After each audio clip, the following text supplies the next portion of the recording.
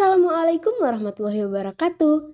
Halo adik-adik, bertemu lagi dengan Kak Isma. Di video sebelumnya, kita sudah membahas materi ruang lingkup biologi, yaitu mengenai tingkatan objek biologi. Nah, di video kali ini, kita akan membahas tentang cabang-cabang dari ilmu biologi. Biologi merupakan bidang studi dengan cakupan yang luas, mulai dari proses kimia di dalam tubuh kita hingga konsep mengenai ekosistem serta perubahan iklim global. Objek atau kajian dalam biologi itu sangat luas, tetapi pada dasarnya persoalan yang dikaji dalam biologi meliputi beberapa tema dasar, yaitu biologi sebagai penemuan, sejarah konsep biologi, evolusi, keanekaragaman dan keseragaman, genetika, kelangsungan hidup organisme dan lingkungan, biologi perilaku, struktur, fungsi, serta regulasi. Kajian biologi tersebut dapat kita pelajari secara lebih mendalam pada cabang-cabang ilmu biologi. Nah, yang pertama yaitu morfologi. Morfologi merupakan cabang ilmu biologi yang membahas tentang penampakan atau bentuk luar tubuh makhluk hidup.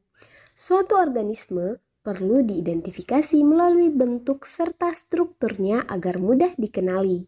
Selain itu, morfologi juga menentukan fungsi dari bagian suatu organisme. Selanjutnya yaitu anatomi. Anatomi merupakan cabang ilmu biologi yang mempelajari tentang struktur atau susunan tubuh organisme dan hubungan antara bagian yang satu dengan yang lainnya. Selanjutnya, fisiologi. Fisiologi merupakan cabang ilmu biologi yang membahas tentang berlangsungnya sistem kehidupan. Ilmu fisiologi mengkaji tentang mekanisme yang menggerakkan proses kehidupan berhubungan dengan pengendalian dan proses terjadinya tatanan molekuler seperti sistem kerja tubuh. Cabang ilmu biologi selanjutnya yaitu histologi. Histologi merupakan cabang biologi tentang sel dan jaringan tanaman, hewan, dan manusia. Sel dan jaringan dipelajari hingga tingkat yang mikroskopis untuk mengetahui adanya penyakit atau kelainan lainnya. Selanjutnya yaitu sitologi. Sitologi merupakan cabang ilmu biologi yang membahas tentang struktur dan fungsi sel makhluk hidup. Sitologi juga biasa kita kenal dengan nama biologi sel. Ilmu ini mempelajari secara khusus tentang sel, mulai dari struktur sel, fungsi sel, dan bagian-bagian pada sel. Selanjutnya yaitu genetika. Genetika merupakan cabang ilmu biologi yang membahas tentang sifat-sifat keturunan beserta seluk-beluknya.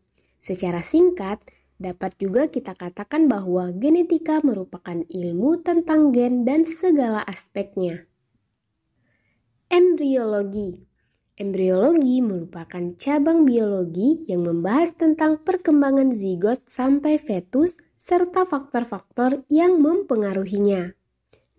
Ilmu ini mempelajari tentang bagaimana sel tunggal membelah dan berubah selama perkembangan untuk membentuk organisme yang multiseluler.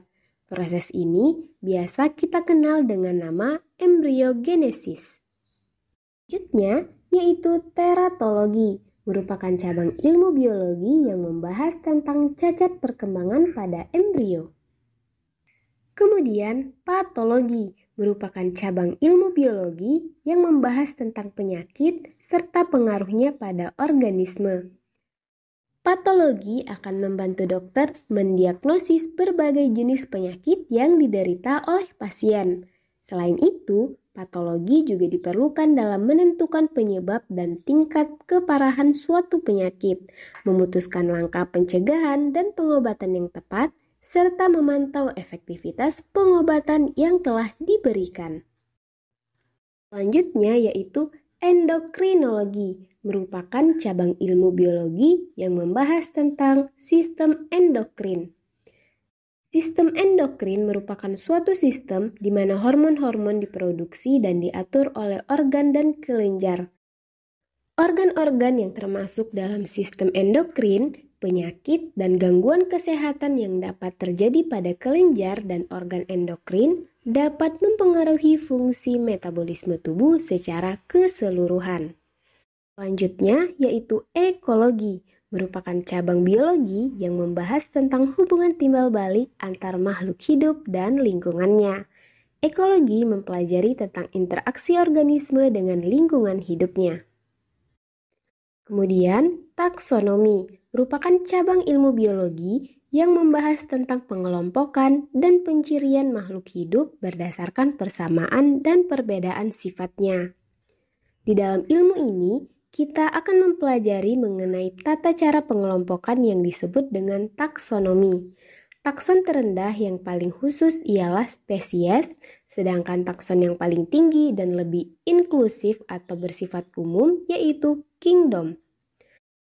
Pada tumbuhan, taksonomi digunakan untuk memahami strategi evolusi kelompok tumbuhan yang berbeda sepanjang waktu dan perjuangannya untuk bertahan hidup. Selanjutnya yaitu zoologi, merupakan cabang ilmu biologi yang membahas tentang dunia hewan. Pada ilmu ini, kita mempelajari tentang fungsi, struktur, evolusi, dan perilaku hewan. Selain itu, zoologi juga mencakup tentang anatomi perbandingan, biologi molekuler, psikologi hewan, biologi evolusioner, ekologi perilaku, paleontologi, dan taksonomi. Selanjutnya yaitu botani, merupakan cabang ilmu biologi yang membahas tentang dunia tumbuhan.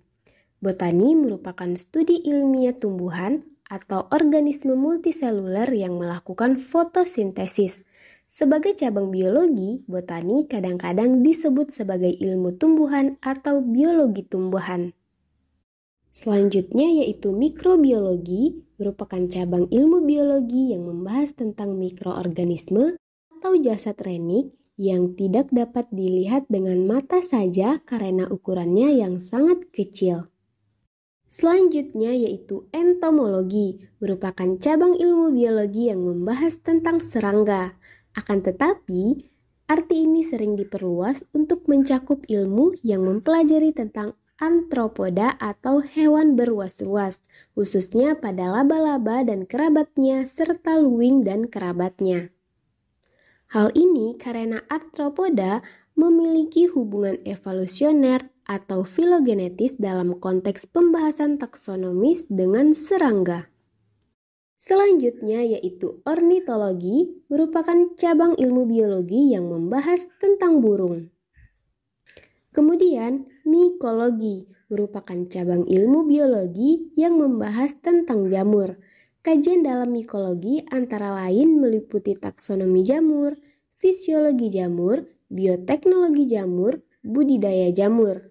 Mikologi sangat besar pengaruhnya terhadap fitopatologi karena banyak penyakit tumbuhan yang disebabkan oleh jamur, sehingga fitopatologi disebut sebagai mikologi terapan.